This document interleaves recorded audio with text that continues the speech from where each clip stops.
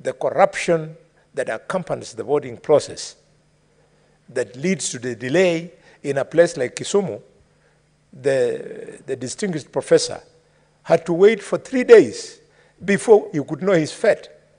What annoys is that, Mr. Speaker, in my own experience, I have got my own tallying center, counting and tallying center. I know the results because I get feedback from my counting agents in every polling station. Then I'm forced, after knowing the results by around midnight, I'm forced to stay 3 days for what I know to be announced by the returning officer. We should make this the practice, and I'm happy that they have now put in timelines that within 2 hours the results should be announced.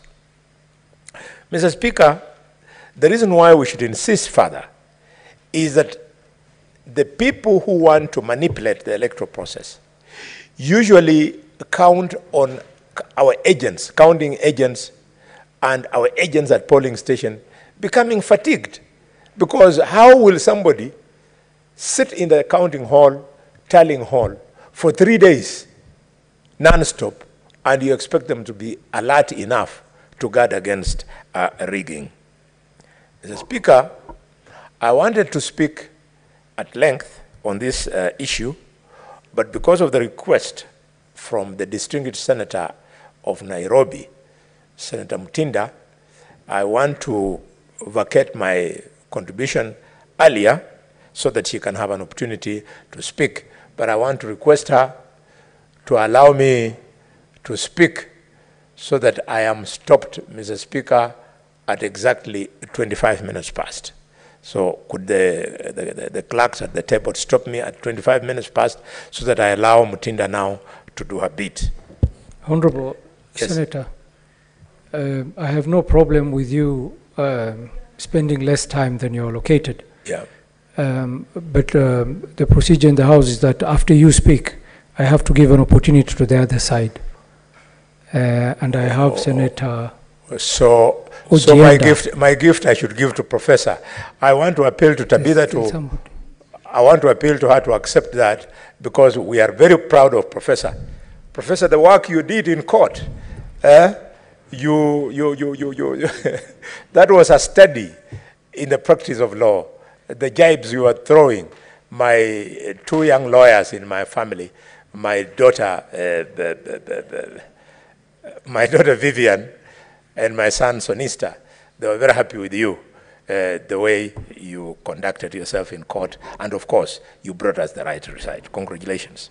Mr. Speaker, I want to speak to the problem of nominations.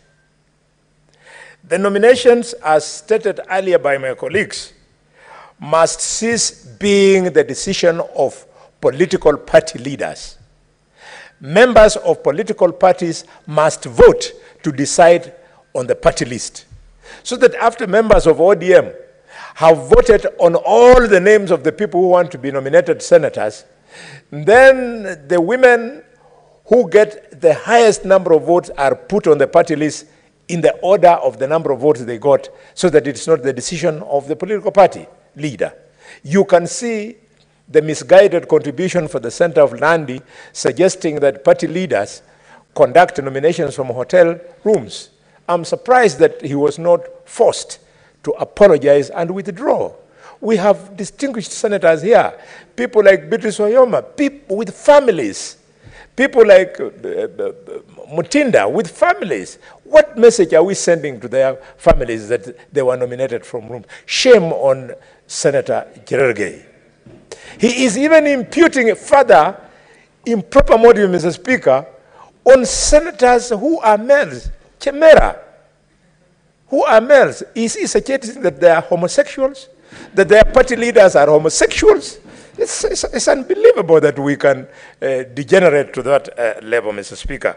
Mr. Speaker, I've said it before and I want to repeat that people living with disabilities, they should themselves vote amongst themselves to decide who amongst them should represent them and not the decision of political party leaders. I also believe that we should continue amending the laws until we ensure that women reps are elected not universally in the county,